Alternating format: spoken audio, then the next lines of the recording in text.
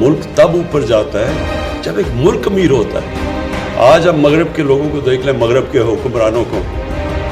उनके पास देख लें कितना पैसा है, उनका रहन सहन देख लें,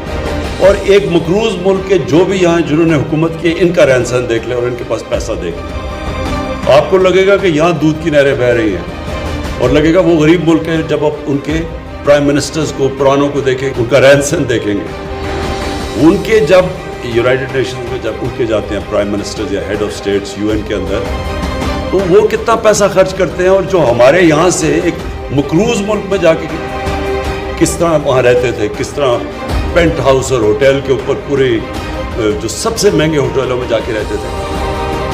ये है हमारा मसला, और बदकिस्मती ये है कि हम जिधर से शुरू हुआ था हमारा सिविलाइजेशन, जो हम देखते हैं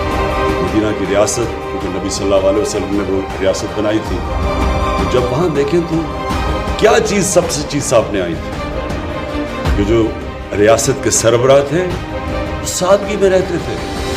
किसी ने महलात नहीं बनाए,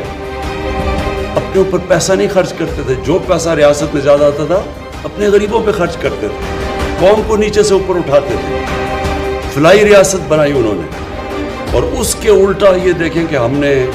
ये जो मुल्क कितना एक बड़ी ख्वाब थी पाकिस्तान, हमने बनाना था वही मिसाली